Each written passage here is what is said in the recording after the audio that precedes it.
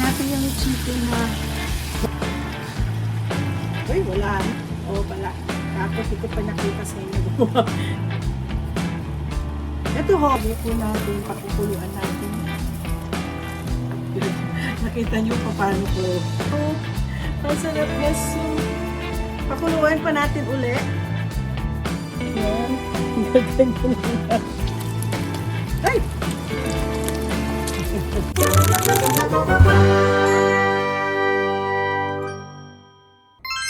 Good morning! At ako may food vlog.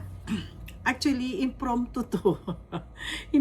Wala akong plano talagang magluto nito, kaya lang. So, nangyari is, pumunta ako sa grocery kahapon, talong lang ang dapat bibiling ko. Ngayon, bibili lang po akong talong dahil may gagawin akong torta. Yung torta na may karne. Okay? So, doon sa paldo, ganito po kalalaki. Mga talong. Ang liliit. Pwede siyang ilaga. Tapos, pagkalaga, kakainin mo nyo na lang ng bagoong na isda. No? So, hindi ko pa rin alam kung anong gagawin ko dyan. So, pakita ko sa inyo. Habang ako yung nasa grocery, nadaanan ko itong mga bulaklak. Ay, naku, buti pala. Kagabi, fresh na fresh pa siya, oh. Bulaklak, ang bulaklak. Ngayon, ang mahirap ito ay isa-isahin ko silang aalisin. Ano? Ngayon, sabi ko, ay, magluluto ako ng favorite na niluluto ng nanay namin. Yung pagkaluto ng mami namin is itong bulaklak, kaya naging paborito ko to. Kasi ang niluluto ng mami ko is with corn. Bakit ko binibili to? Kasi ang corn dito sa Amerika, napakanipis. Halos wala kang makain eh. Ang sa Asia, may makakain kahit meron ka nang ano. So, itong binili ko. So, dinifrost ko yan. Naka-frozen to eh. Tapos, sabi ko, sana, Lord, meron. Ay, naku, madaling nasira. Pero hindi pa naman sira. Pero, kukuha na lang po ako ng ibang ano. Isasahog ko sa gulay na to ang dahon ng ampalaya. Pero sa baba, medyo ano na siya, oh. Hindi kasi na-ref eh, puno ang ref ko. So, ito ngayon ay ang gagawing chop ng corn. Abang ako ay, i-chop-chop ko itong mga corn na to. Itong pinakamahaba is yung preparation. Madali lang siya lutuin, pero ang preparation ang mahaba.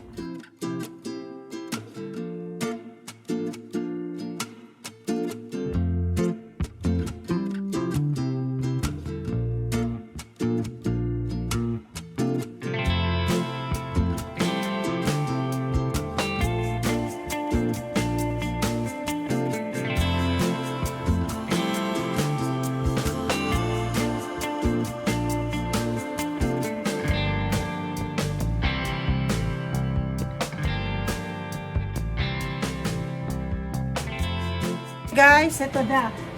Pinakamatagal talaga is yung pag-prepare ng mga gulay, lalo na yung corn kasi galing sa cob. So ngayon, ito po kasing itong dish na to. This is my mom's favorite dish na laging niluluto niya sa amin. So, igigisa ko muna ito. Igigisa po natin ang ito.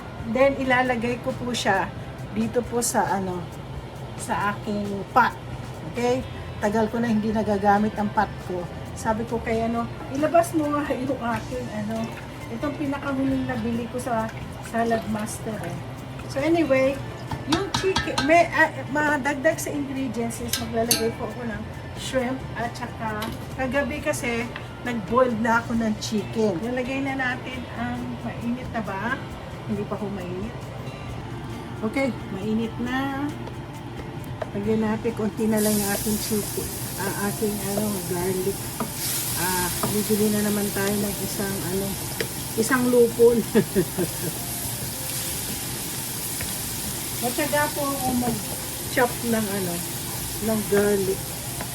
Ay, teka, sandali ha. Okay, lagay na natin ang ano, sibuyas. Nag-lip lang po ako.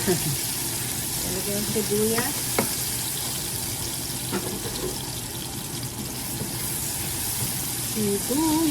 Sibuyas. At kompletong ginisa itong gagawin natin.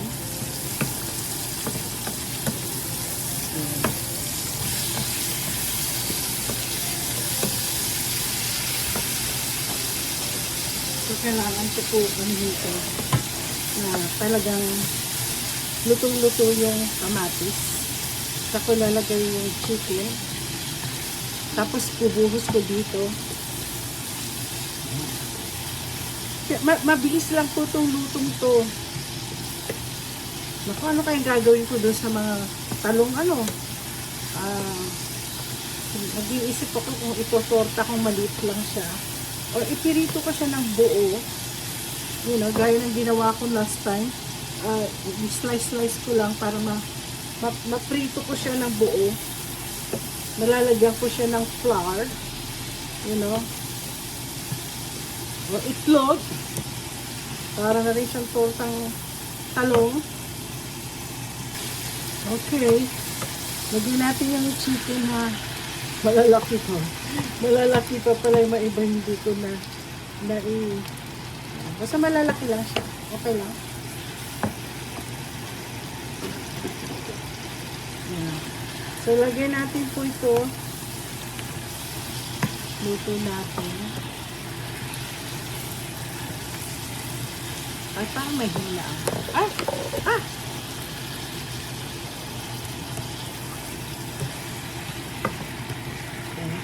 Tapos lagyan natin yung shrimp. Wala nang ulo. Hindi ko na tinanggalan siya. Kasi masarap palalo yan. Pero at least maliit siya. Alam niyo, hindi po sila nagtitinda ng maliliit. Maghanap nga po ako ng store. Kahit sa East Asia, wala po silang maliliit na ano. Tanong ko nga si Lucky Supermarket kung meron silang maliliit na shrimp. Sa California ko, dami-dami. Nagtatumatalon-talon pa nga ho yung ano eh. Ayoko masyadong lagyan ng salt. Lagyan na lang po natin ng seasoning. Maging seasoning. Ay, wala na. Halos maubos na.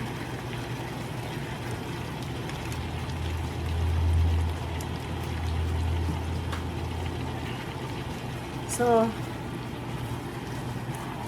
pakulan natin ng konti para maging pula-pula na itong shrimp na to. Tapos, saka ko ilalagay dito. Ayan. Mahirap pa po siyang mag-ano. Lagyan ko ng konting chicken broth. Chicken broth this time. Ay, pala. Tapos, di ko pa nakita sa inyo. Nagluto po ako ng minestrone. Ang ginamit ko po ay beef broth. Ay, hindi. Nung isang araw pala nagluto ako ng beef broth din ang ginamit ko. Kasi may lasa na po siya. Ito ho, chicken broth din. Kasi kahapon, binabad ko po itong chicken na to. Pinakuluan ko itong chicken na to. Tingnan natin nga. Sarap. Papapulain, orange ko muna ang shrimp bago ko ilagay dito. Okay guys, ililipat ko na po dito. Ito, dito. Okay. Lipat natin. Kasi maging para siyang soup. Soup drinks. Marami akong hugasin. Ayan po mangyayari. Tingnan niyo itsura. Pakikita ko sa inyo. So, papakuluan natin to. Dagdagan ko po uli ng chicken broth. Yan. Tapos saka natin ilalagay yung what do you call this? Yung corn. Ay, this is in memory of my mom. Ang lutong to. Okay, magdadagdag po ako ng sabaw. Ay, natin. Ay! Ano ba yan? Hindi ko na isarada. Pakano na. Yan. Ilalagay po natin, pakukuluan natin yan.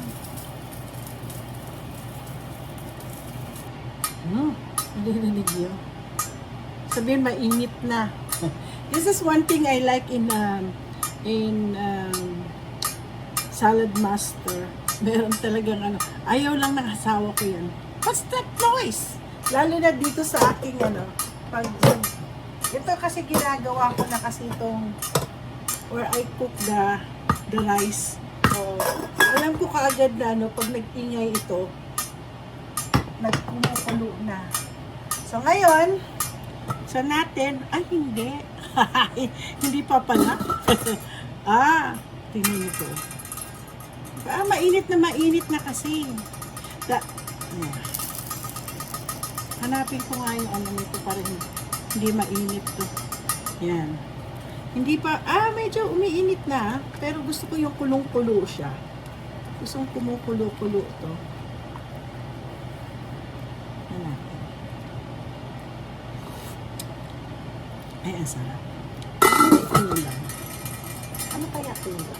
Ay, lagyan natin ng dami ko na dekwat na lagyan natin ng magic sarap. Lagyan natin ng konting magic sarap. Konti lang. Ayoko na madami. Ay, ayan. Ayan, may natira na. Tago ko dito. Yeah. Tingnan naman natin kumulo talaga. Okay. Kumukulo na siya. Okay. Alam niyo medyo kailangan lagyan ko po siya ng Ito po ang salt ko. Kosher salt. Medyo may kulang sa lasa. Lagyan po natin ng pepper. Kumukulo na siya. Yeah. Ayoko lagyan ng ayoko namang hang. Masarap to eh. Okay. Yan natin na.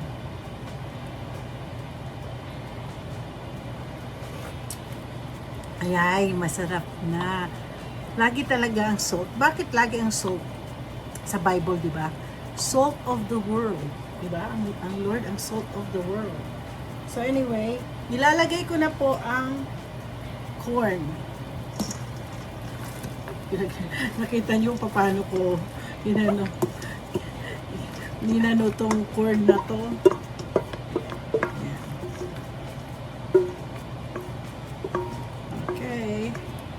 Lagay natin yung corn. Tapos, ilalagay po natin itong stock niya. Naku, tagal ko rin nilinis yan. Matagal lang talaga yung preparation. Ay, ang sarap ng soup. Ang sarap ng soup. Pakuluan pa natin uli.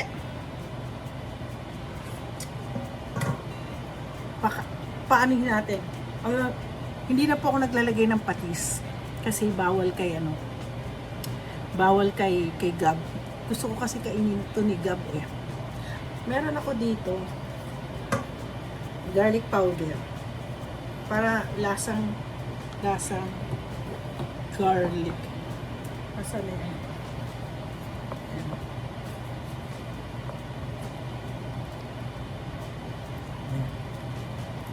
Yan. Yung natin para lasang garlic siya. Lulutuin pa natin masyado. Tapos ilalagay natin yung gulay na yung kalabasa flower at saka yung dahon ng sili. Ay! Dahon pala na ampalaya. Sorry. Yun na. Nalalasaan ko na yung yung mais. Okay. Buksan na natin. Tatadan! Kumukulo na.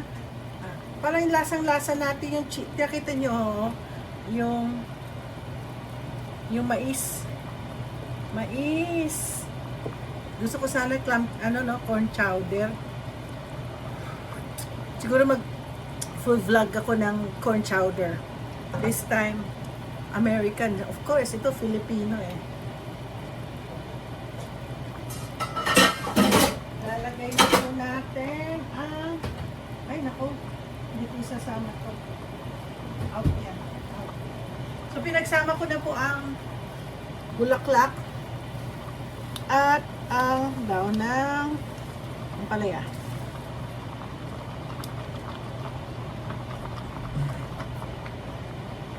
Ay! Okay, bebe.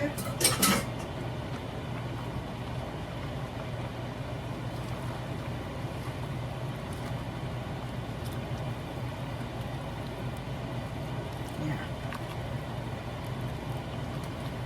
Ay, sarap.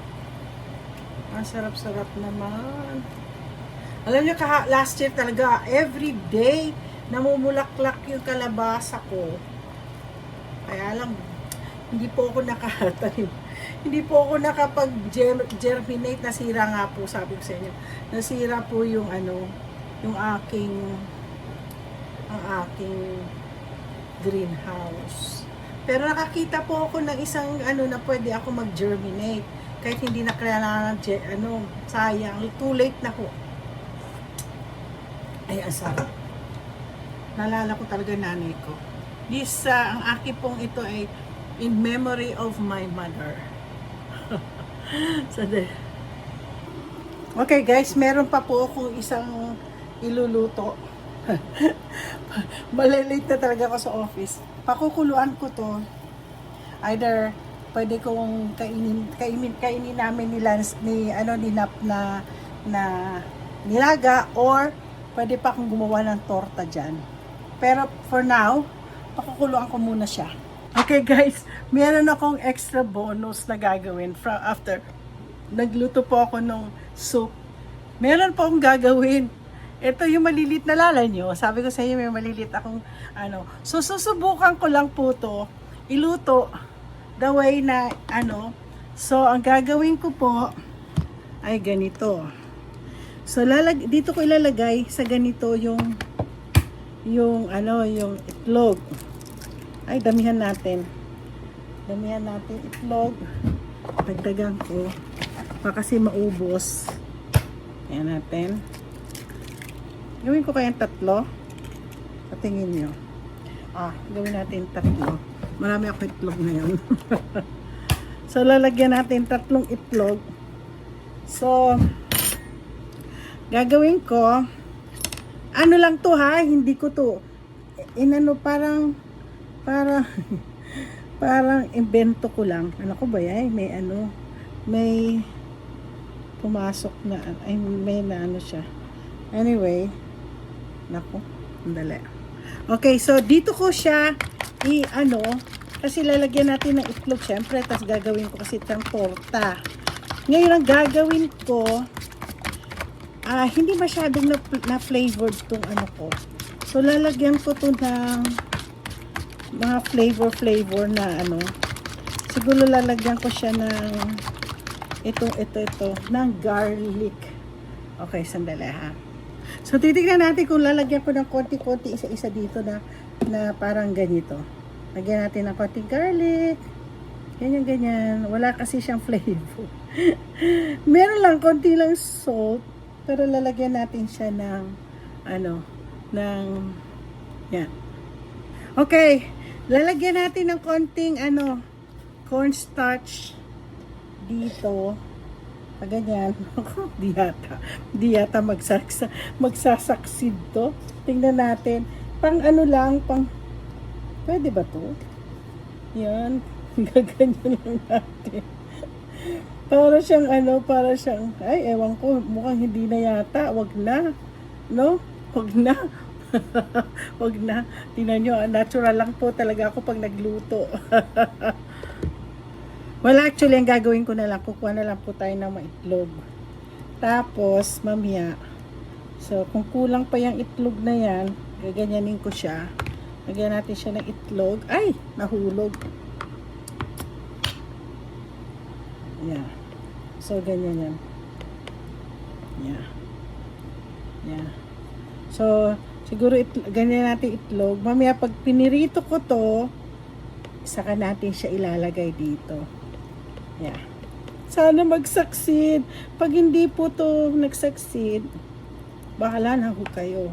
I-bash nyo na lang ako ng i-bash. Okay guys, ang ginawa ko, naglagay po ako ng breadcrumbs. Mainit na ba? Mainit na. Cha-cha-cha-chan-chan-chan. Subukan natin. Ilalagay natin ng ganyan. Tapos lagyan natin siya ng itlog. Kaganyan-ganyan. Ganyan. So, yan. Ako sana na mag-succeed ito. Tapos ganyan-ganyan natin. Naisip ko saan ko gawin. Sana nga mag-succeed itong ginawa ko. Ay! Aray ko. Ay! Yan. Turong natin dyan. Tapos, ta-ta-tan, ta-tan-tan-tan. So, ganyan. Ganyan natin. Papahaba yan. Kaya na ako mag-ano. So, tingnan natin. Ay ko. Ay, may. Ayan. Naku, mainit. Mainit siya. Lakas na loob ko yan eh. Ayan. Tapos lagay natin sa ganyan. Tapos ito. Ay, mukhang magsasaksib ako. Ay, ang ganda. Ang ganda-ganda po, oh. Kailan natulog? So, i-flip natin kung maganda ang pagkalabas. Oh my God! Tama nga po ng desisyon ko. Maglagay ng ano ko to. Kasi masusunog, eh. Ay, ang ganda po, oh. Ay, mukhang gagawin ko na lang sa maiba. Marami pa po akong ano, eh. Ay, ang ganda po, oh. Wow! So, ito, i-flip natin ganyan. Tapos siya, ang ganda ko, ang ganda na pagkagawa, oh. Tapos,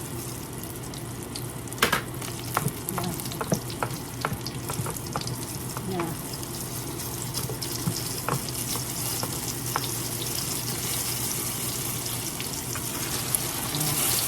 So, yung mga iba gagawin kong ganito na.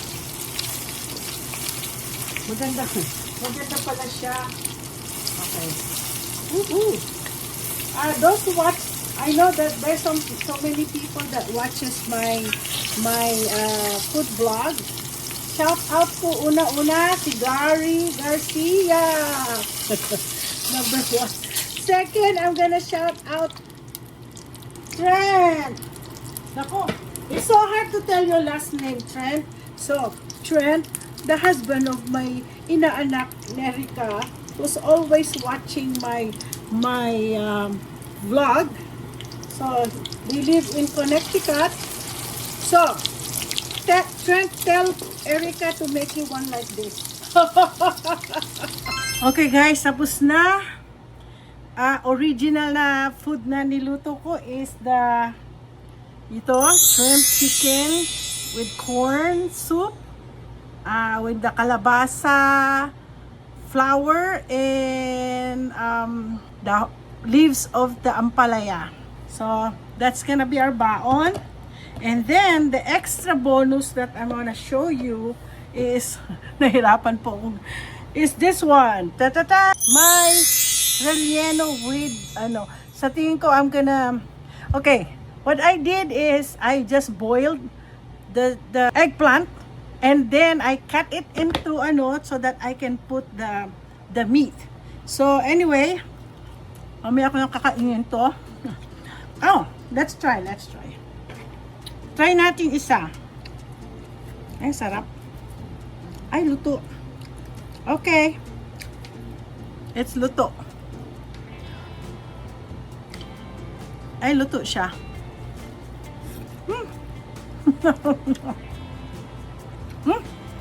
Ang sarap. I-try nyo siya, oh. Ang ganda ng pagkaano. It's too hot. Anyway, this is this week. Thank you very much for watching. As I said again, gusto ko out si Gary na laging nanonood ng aking vlogs. At the same time, Trent. Anyway, and this is the one. Thank you. Don't forget to like and subscribe.